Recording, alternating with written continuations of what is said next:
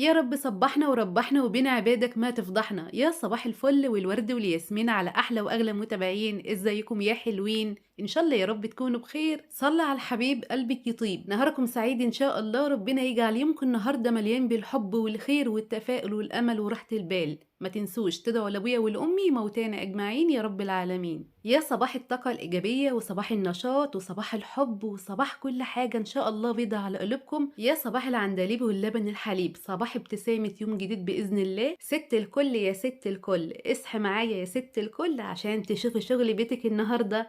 النهاردة بقى ايه؟ اليوم بتاعنا كله نشاط وحيوية. عايزاكي تصحي من النوم تفتحي بقى كل الشبابيك، عايزة الهوا والشمس يدخلوا بيتك، وتشغلي بقى إذاعة القرآن الكريم، وعلى طول ايه على مطبخك. طبعا المطبخ اول حاجة احنا بندخله. حضري كده لقمة بسيطة ليكي وبعد كده شوفي يومك هيبدأ ازاي. انا عن نفسي بدأت يومي كان عندي دور في الغسالة من امبارح بالليل. طبعا انا قايمة من بدري جدا. طلعت بره جبت شوية حاجات وبعد كده جيت عشان انشر بقى الملايات والحاجات الحلوة دي. النهارده بقى ايه؟ ابو ميدو مشرفنا ومنورنا ومأنسنا. هو ما شاء الله متابعني وشايف انا بعمل ايه وبنزل ايه، فقال لي كل حاجة انت عملتيها وانا مش موجود لازم تعمليها. طبعا انا بعمل اللي هو عايزه وبزيادة كمان. فخليكم معايا كده لاخر الفيديو ان شاء الله تستفيدي منه، وكمان فيديو كده خفيف وجميل وهتتمتعي معايا بيه، وكمان هيديكي طاقة ايجابية عالية.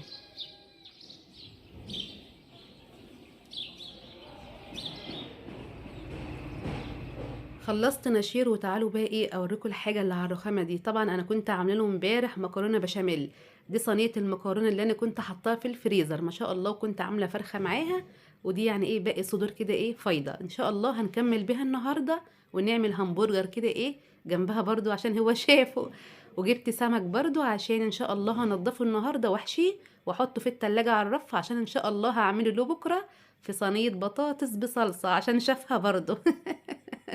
ما شاء الله بقول لكم السمكه جميله ازاي وصبحه. كنت عايزه بقى اعمل له فطار كده حلو، كنت عايزه بقى اعمل له بتنجان مشوي وبطاطس محمره والكلام ده. قال لا لا انا مش عايز اي حاجه من دي، انا سندوتش طعميه على طماطم وكوبايه شاي وان الله كان بالسر عليم. يعني هو بصراحه لما بيلاقيني مشغوله او ورايا شغل كتير في اليوم ما بيحبش يتقل عليا. فاحنا بعتنا بقى جبنه طعميه وكمان نحط بقى ايه مش وجبنه. هو جايب مش اللي انا بحطه ده، وقطعنا طماطم بقى ونقطع خيار ونحط ايه واي لقمه. المهم تكون بألف هنا. على فكرة المش ده يا جماعة أنا ممكن أعمله في البيت، هما عاملينه بطماطم وفلفل مطبخينهم على النار وبعد كده إيه بيضربوه في الخلاط ويحطوا شوية مش. إن شاء الله هعمله معاكم قريب. أنا أول ما دقته عرفت على طول لأننا كنا بنعمله زمان، إحنا كنا بنعمله كده. كانت حماتي الله يرحمها اللي هي أمي التانية وأمي كانوا بيعملوه في البيت. وكان كمان كان جايب جبنة اللي انت شفتها دي، بس ايه يعني نسيت احط المقطع في الفيديو. الجبنة طبعا انت شفتها معايا، جبنة بيضة ما شاء الله بيجيبها رخيصة من مصنع نفسه وكمان فيها بركة. لان هنا احنا بنجيب علبة الجبنة مش مكملة نص كيلو ب28 جنيه. عارفين يعني ايه علبة جبنة مش مكملة نص كيلو ب28 جنيه؟ ما بتكفيش يومين على بعض. بيجيب لك جبنة والمش والحاجات دي من مصنع نفسه جنب الشغل بتاعه عشان الحاجات دي بتبقى رخيصة وكمان بتبقى فيها بركة شوية عن اللي هنا بصراحة. فطبعا الحاجات دي انا يعني حايشة عني مصاريف كتيرة جدا. يعني بصوا بقى يعني كل يومين لما اجيب علبة جبنة ب28 جنيه وهتدخل على 30 جنيه. شوفوا انتوا بقى في الشهر بكام. وطبعا الجبنة مفيش غنى عنها خالص في البيت. وبعد كده ايه كان عندي بقى طبقين في الحوض غسلتهم، وقبل ما اعمل اي حاجة على البوتاجاز لازم اغسله وانضفه عشان مش هيجيلي نفسي اعمل عليه حاجة وهو مش نظيف. انا دايما براعي لما يكون ابو ميدو هنا ما بشتغلش كتير او اشغل نفسي في الشغل كتير. انا ببقى محضره كل حاجه طبعا قبل ما يجي ومنضفه شقتي وعامله كل حاجه زي ما انت شفت كده. انا عندي اكل من امبارح يا دوبك بس اسخنه واطلع بقى البرجر وكمان احمره على المشي كده مش هياخد حاجه. الزياده بس اللي جت السمك لان الراجل بتاع السمك مش هيجي بكره، فانا جبته النهارده وانضفه واحشيه وعندي الدقه جاهزه واحطه ايه في التلاجة على الرف تمام. هو طلب مني بقى ايه كنافه النهارده بالقشطه، واعمل له كده شويه كوكتيل كده ايه يستاهلوا ايه مجيته. طبعا هو بيجي يومين يا جماعة كل 15 يوم، يعني في الشهر 4 أيام. فببقى عايزة أعمل له الدنيا كلها بصراحة، ببقى عايزة أعمل كل حاجة بس اليومين ما بيكفوش يعني أعمل إيه ولا إيه ولا إيه. فبحاول أعمل في اليوم ده كام حاجة. يعني كانوا زمان يقولوا يعني أقرب حاجة لقلب جوزِك معدته، صح؟ مش هُم بيقولوا كده؟ عشان كده إيه، اعملي دايمًا الأكل اللي بيحبه واعملي الحاجة اللي بيحبها عشان إيه، يكون إيه، مبسوط كده وسعيد وكمان إيه، يعني ما يحوشش عنِّك حاجة، يطلّع اللي في جيبه على طول يدّيه لِك. لأ، أنا ما بارسمش على كده على فكرة، لإن هو بصراحة مش هايش عني حاجة. على رأي فاطمة عيد بتقول إيه، اتعلّمي فن الطبيخ يا عروسة لكل كلمة وقت وعوزة، تمام؟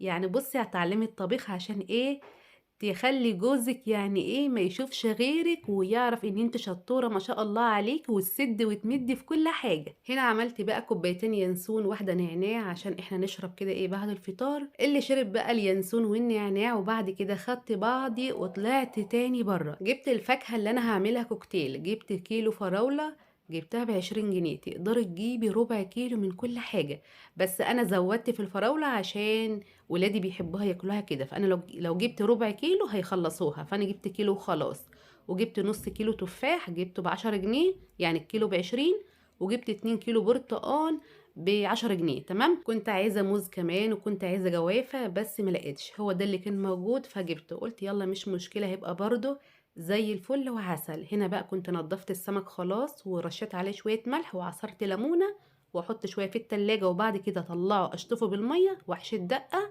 وبعد كده ايه ادخله بقى التلاجة ان شاء الله نعيشنا لبكره باذن الله هعمله. تعالوا بقى اما نعمل الكنافه اللي لونها جميل جدا زي ايه محلات بقى ايه المحلات التركيه والسوريه والحاجات اللي احنا ايه الكنافه اللي احنا بنشوفها على النت دي، تمام. دي نص كيلو كنافه كانت عندي في الفريزر بقالها اسبوع، طبعا عشان تتفرك معاك على طول لازم تحطها في الفريزر او تطحنيها في الكبه، وبعد كده ايه فركتها زي ما انت شفتي لحد ما نعمتها خالص. وتعالوا بقى ايه نعمل الشربات بتاعنا.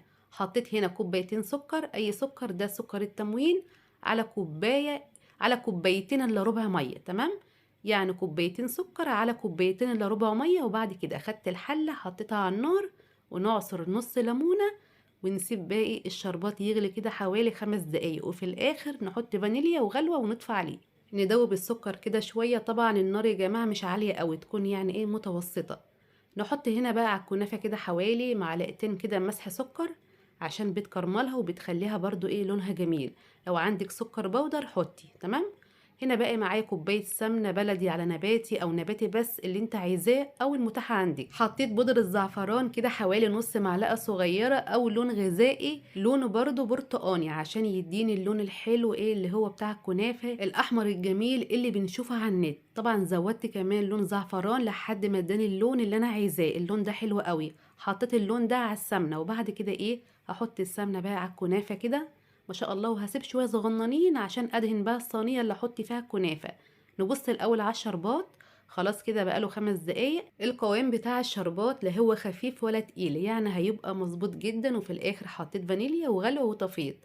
هنا حطيت بقى السمنه في الصينيه ودهنت بقى ايه الجوانب والصينيه كلها ما شاء الله. اللون ده بقى يا جماعه اللي انا دهنته في الصينيه هيدي للكنافه او لوش الكنافه لون تحفه. بعد كده ايه قلبت الاول كده السمنه في الكنافه لحد ما تبقى معايا زي الرمله المبلوله. يعني حاولي بقى تغلفي الكنافه كلها كده ما شاء الله لحد ما تلاقيها اتعملت كلها في السمنه كده، تمام كده تمام. بصوا اهو ما شاء الله عليها زي الفل. تعالوا بقى ايه طبعا هنقسم النص كيلو ده على نصين، نص كده هنحط تحت الاول كده في الصينيه، وبعد كده ايه نضغط جامد عشان لما نيجي نقلبها تتقلب معانا مرة واحدة، يعني ايه ما تتبهدلش معانا. وبعد كده بعمل سور كده لها في الجنب عشان ايه لما احط القشطة او المهلبية بتاعتنا ما تخرجش بره، تمام. كل حاجة تمام تمام تمام. خلاص كده بططتها وعملت لها سور. تعالوا بقى اما نحضر القشطة بتاعتنا. معايا هنا كوبايتين وربع من الحليب، وبعد كده حطيت معلقة واحدة بس من السكر وكمان معلقتين مليانين نشا زي ما انت شفت كده، ونقلب نقلب نقلب. وايه تاني يا مميد؟ وبعد ما تقلبها تعملي ايه يا مميد؟ اخلصي.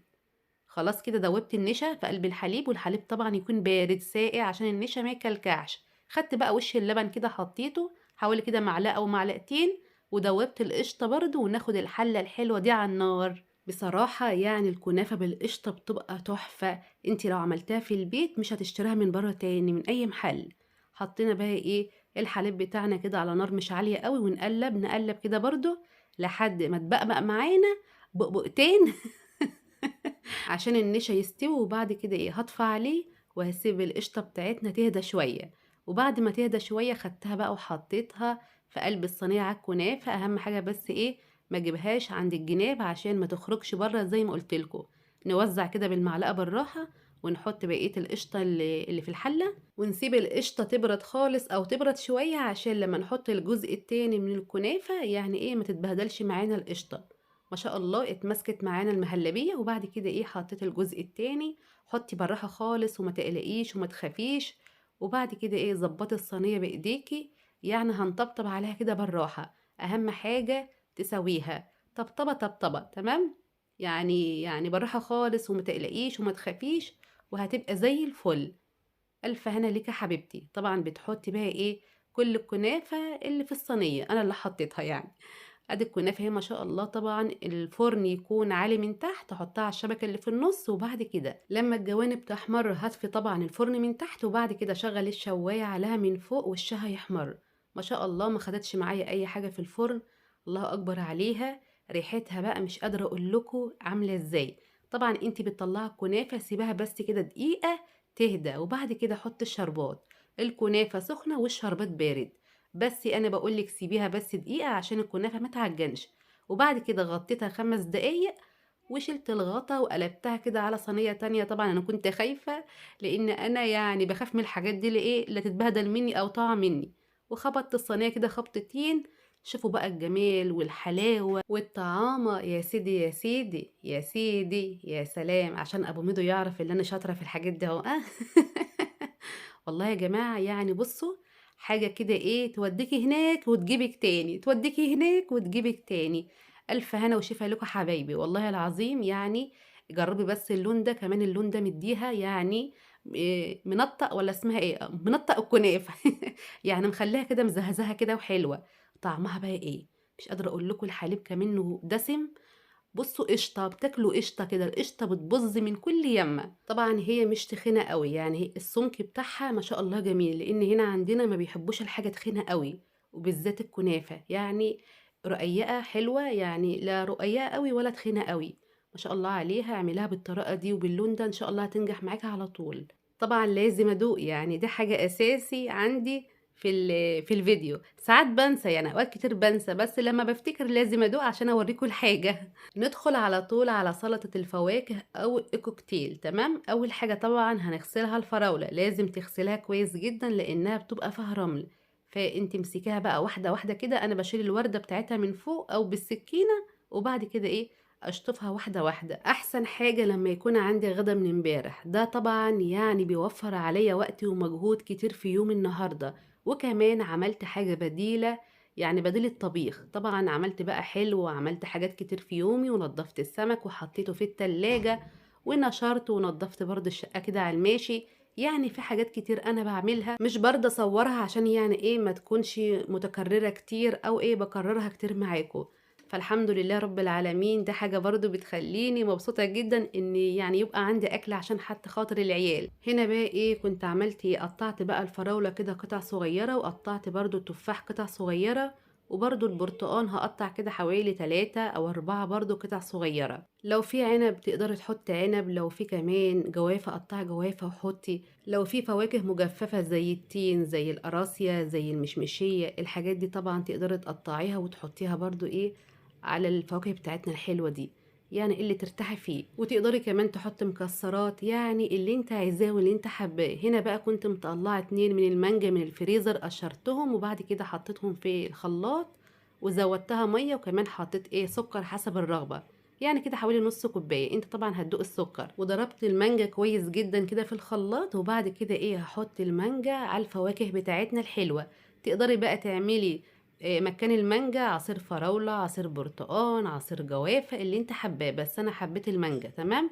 هسيب بقى السلطة بتاعتنا الحلوة دي كده شوية لحد ما كل الفاكهة دي تتشرب من بعضها. وبعد بقى ايه ما تتشرب كده من بعضها، نحط بقى ايه في الاطباق بتاعتنا او الكوبايات بتاعتنا او الكاسات زي ما انت حابة. ما شاء الله الطبق ده يعني كفيل ان هو يوديك في حتة تانية خالص، يعني يعلي هرمون السعادة عندك ويديكي طاقة كمان. يعني الفواكه كمان ما شاء الله عليها مفيدة جدا جدا ليكي ولأطفالك، يعني حاجة جميلة وحاجة عظمة. وده كان اخر الفيديو. اتمنى من كل قلبي ان روتين النهارده يكون خفيف عليكي واستفدت منه وطلعت منه حتى ولو بفكره بسيطه قد كده. اتمنى كمان لو اول مره تشوفوني انا ميدو ودي قناتي اشتركي فيها، وكمان اعملي لايك للفيديو وشير لو امكن. مع السلامه، اشوفكم ان شاء الله فيديو جديد في رعايه الله.